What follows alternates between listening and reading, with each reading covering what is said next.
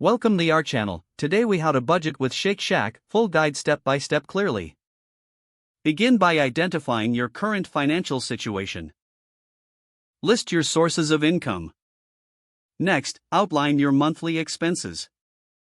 Include essentials like rent, utilities, and groceries.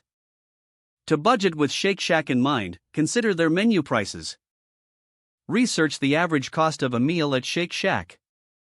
Determine how often you plan to visit Shake Shack each month. Calculate the total projected spending on Shake Shack. Subtract your Shake Shack budget from your discretionary spending limit. If Shake Shack fits comfortably into your budget, proceed to the next step. If not, consider adjusting your expenses or limiting your visits. Plan your Shake Shack meals in advance. This will help you avoid impulse purchases. Check for promotions or discounts that Shake Shack may offer. Consider using a budgeting app to track your spending. Monitor your Shake Shack expenses throughout the month. Make adjustments as necessary to stay on track. At the end of the month, review your budget and spending habits.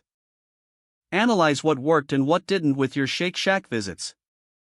Use this insight to refine your budget for the next month. Remember to find a balance between enjoying Shake Shack and maintaining financial health. If the page does not load, refresh the browser or try again in a private or incognito window. Make sure you are using the correct email address, then retype it carefully to avoid small typos.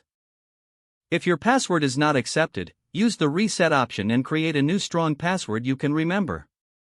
Check your spam folder for verification or security emails, then complete any requested confirmation steps. Enable two-factor authentication if available to improve account security and reduce unauthorized access risk.